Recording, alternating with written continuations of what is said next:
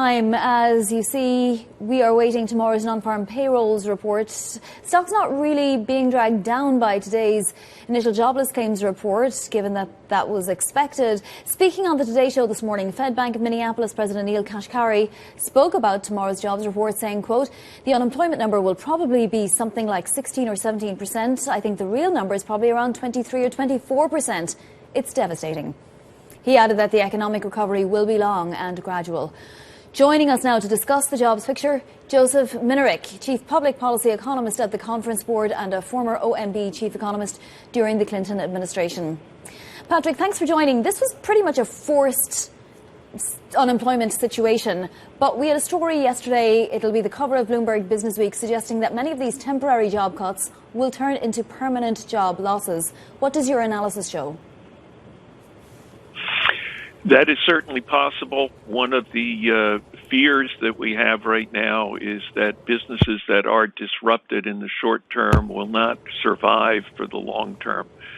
So the possibility that people will be on temporary layoff, but their employers will subsequently fail is very real. A lot of that is the activity, of course, or lack of activity, is happening in industries like hospitality, eating out, travel, where there will be continuing consumer reluctance to engage until we reach a time when we truly have confidence in a vaccine or in a curative that will enable people to re-engage in those activities. And until that time, a lot of those businesses which operated on narrow margins, did not have a lot of cash on hand, those kinds of businesses are going to suffer.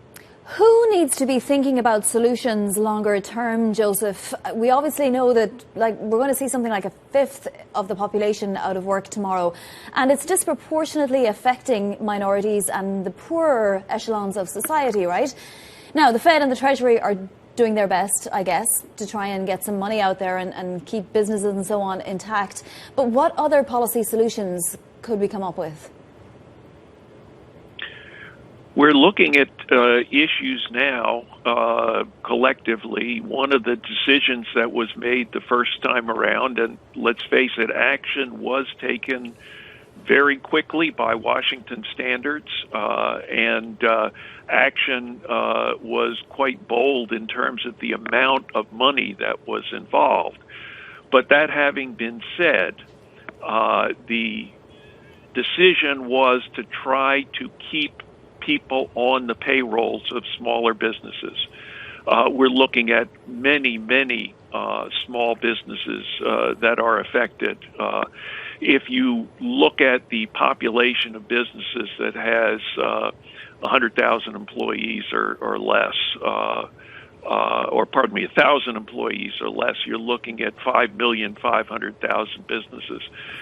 For comparison, back in the financial crisis, you were looking at 5,500 banks.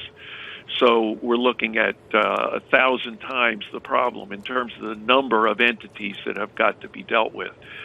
So finding ways to reach all of those businesses is extremely difficult. One of the alternatives is to look at trying to support the individual employees rather than the businesses. We've already taken steps in that regard with respect to very significant liberalizations of unemployment compensation programs, including the self-employed, including gig workers, in addition to people who were always insured in terms of unemployment. But those programs would require that businesses lay off their workers, and so far the effort has been to try to keep businesses to keep their employees on the payroll. So there are real conflicts here and some real decisions to make. Well, so there's been a delay for many workers in accessing that aid, right? And not only that, but it comes to an end in July, Joseph. What is your best forecast for what we'll see in terms of poverty rates, in terms of, unemployment, in terms of despair across the country? Poverty, of course, is an annual concept, so we won't see any numbers in that regard until really a year from now. But it's clear there is a great deal of dislocation, and among the among the measures that will be important there will be in tomorrow's employment situation report looking at alternative concepts of unemployment, where some of the measures include, for example, people who are on reduced hours, people who are on layoff but may or may not be called back to work. And when you add up those numbers, they will be massive. They will be beyond the 20% threshold that some people are looking at for the unemployment rate itself. So there's considerable downside here. It really is enormous. Yeah, and at the conference board, you obviously take a lot of measures of consumer confidence and business confidence and so on. Joseph, how long will it take for people to not just say they're confident, but actually act on that? Spend their money and go out.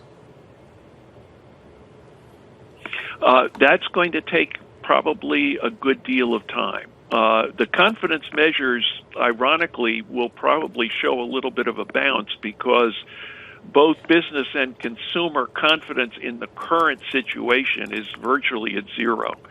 So as soon as that starts to rise, it's going to look like an improvement. But people at this point, there are polling results where people say that they are not at all comfortable. Only 25% of people overall say that they're comfortable in round numbers engaging in things like going out to dinner, going to a bar, going to a theater. There's an extreme degree of anxiety about the health risk that's involved. Ironically, in those recent polls, there's a significant difference in answers between Republicans and Democrats, which is quite surprising and a little bit hard to understand. But the overall reluctance to engage in this economy is substantial, and we will need some kind of news about progress against this pandemic before people become more comfortable engaging in going out to dinner, going out to the theater, flying somewhere. Yeah. It's going to take a long time. All right, Joseph, do keep in touch. It's great to hear of your academic work at the Conference Board. That is Joseph Minarik, Chief Public Policy Economist at the Conference Board there.